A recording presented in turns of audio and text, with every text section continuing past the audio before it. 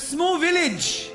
The villages of Mecca and Medina, they had nothing and they took over the world. 1/3 of the world. How on earth did they do this? They had no weapons. They had no technology. They had no academia. It was just them and Tawheed.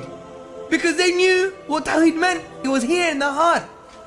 Because when Allah says and His messengers say, La hawla wa la quwwata illa billah, what does that mean? La hawla wa la quwwata illa billah. It's not a statement we say out of frustration when we spill tea on the floor. Many of us say that. But what does it mean, ikhwan akhawat? It means there is no true power except the power of Allah.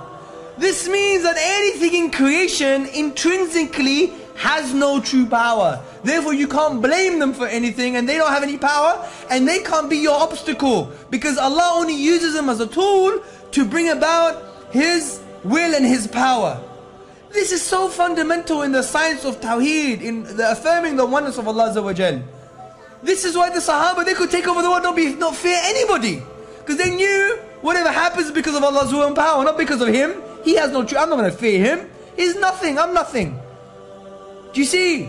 And this is so important for us to understand. It would really empower us to have a new realm of possibility to achieve what we can achieve.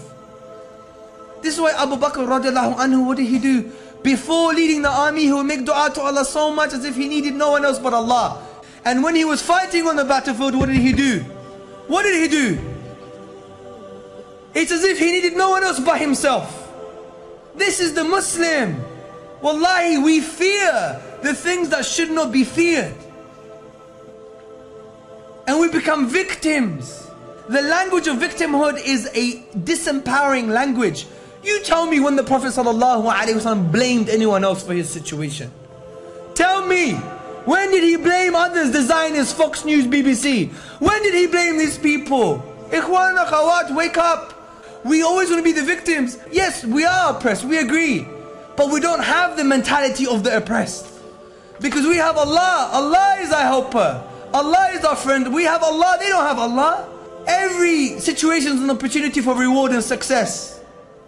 And we should never have the victimhood mentality. Once you have the victimhood mentality, what do? You give power to the oppressor. He is the only one that is able to change your situation. That is the science of victimhood. Oh, I can't change. Look at me, I'm a victim. Wallahi, the Sahaba were never like this, even when they were losing in battle sometimes. It's because they understood reality, ikhwan akhawat. And by the way, atheists are mushriks, according to Dr. Jafar Idris, and he makes an amazing point because they attribute power to creation. Wallahi, interesting point, huh? The all-powerful, the attribute, they attribute to creation. Because the naturalists, which in the classical sciences they were called the Dahris, the Dahriya, which now are known as communists.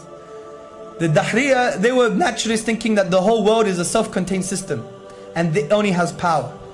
So when you fear, you're like an atheist.